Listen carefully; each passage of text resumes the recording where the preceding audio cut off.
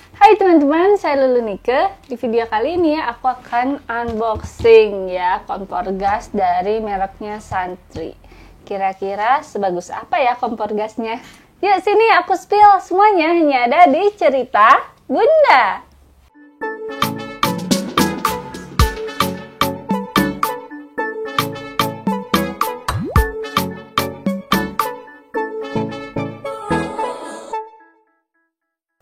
Jadi aku tuh lagi renovasi dapur aku, dan ini tuh wishlist aku udah lama ya teman-teman. Aku pengen punya kompor gas yang tanam, dan karena dapur aku tuh nggak terlalu besar, panjangnya tuh cuma 2 meter aja, jadi ya mau nggak mau aku nyarinya yang minimalis kompornya. Dan ini dia teman-teman, tada! Ini udah aku buka ya selotipnya, kita langsung unboxing aja. Nah, aku tuh beli dari mereknya Santri. Sebenarnya aku cari-cari juga sih sebelumnya. Ada 3 wishlist aku, 4 wishlist aku yang tadi itu aku nyari-nyari gitu ya wishlistnya. Yang pertama ada Modena, terus Rinnai, selanjutnya ada TK, dan ada Santri ya ini. Tapi pada akhirnya aku juga milih Santri sih. Kenapa? Karena yang lain itu aku kan pengennya bahannya stainless. Nah yang lain itu tuh yang stainless gak ada yang kecil gitu, jadi pas Santri ngeluarin size yang kecil ya langsung deh aku beli yang ini aja gitu. Kita lihat ya teman-teman ya, ini dalamnya ada kartu garansinya ya. Kita buka dulu kartu garansinya. Nih, ini ada kartu garansi. Terus di sini ada buku petunjuk ya, buku manualnya. Ini ada manual book.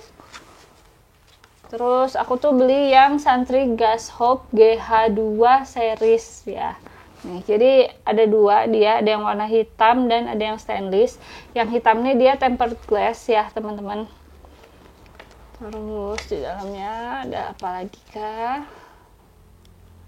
Nih di dalamnya ya, dia ada alamat layanannya kemana, terus kalau misalnya pengen pasang instalasinya gimana. Nah, ini alamat pelayanan ya. Sini aku bacain. Manual ini juga dapat dilihat dan diunduh dari website pelayanan kami. Layanan teknik berupa pelaporan masalah dan pertanyaan, baik mengenai produk, cara pemasangan, petunjuk pemakaian, pemeliharaan, dan lain-lain, dapat disampaikan di laman ini. Jadi di sini udah ada WhatsApp-nya, nomornya, terus ada customer center-nya juga udah ada, webnya juga ada, dan ada kontak emailnya juga kalau misalnya nanti teman-teman sewaktu-waktu pengen komplain ya. Dan ini dia kasih garansi 3 tahun ya teman-teman ya. Ini aku simpan dulu biar rapi.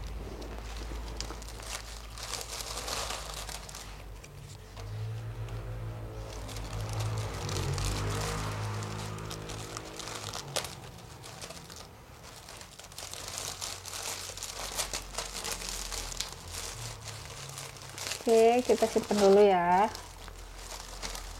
Nah, awalnya teman-teman aku tuh ngira kalau kompor gas ini tuh enteng. Ternyata dia berat banget teman-teman ya, karena materialnya tuh besi baja gitu. Jadi benar-benar harus pakai tenaga ngeluarinnya.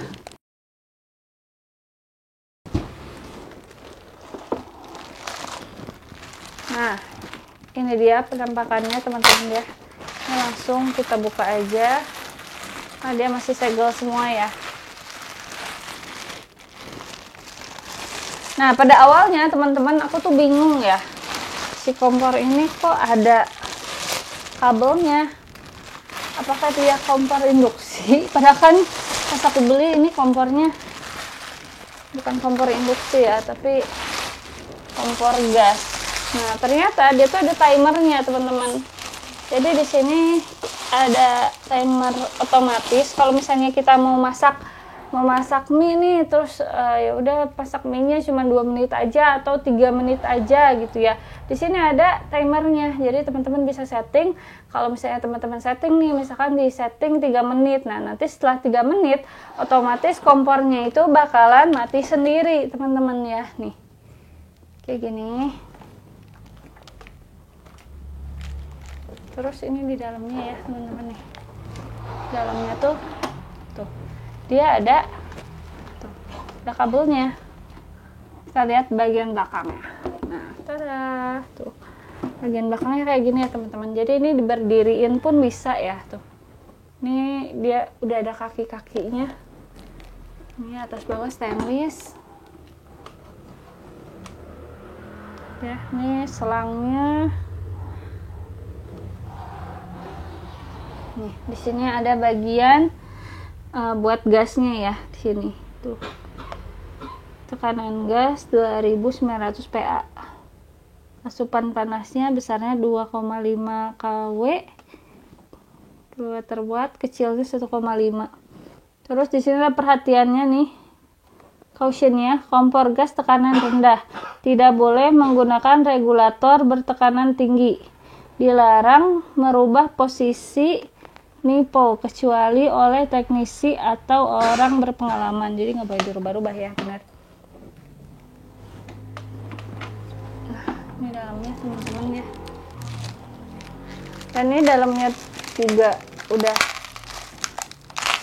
kita buka ya, udah baja gitu loh teman-teman.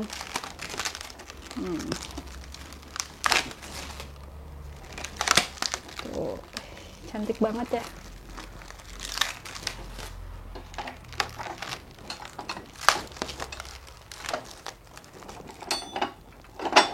Nah, nih bagian-bagiannya ini tuh udah baja tuh ya.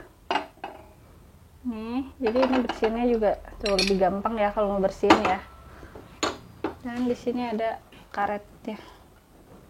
Nah, posisi karet ini tuh nanti harus bener ya teman-teman. Ini cuma tadi kebuka nih karetnya kayaknya.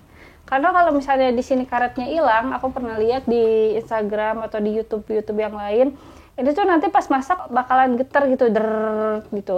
Nah, si karet ini tuh tujuannya biar dia tuh nggak berisik teman-teman ya.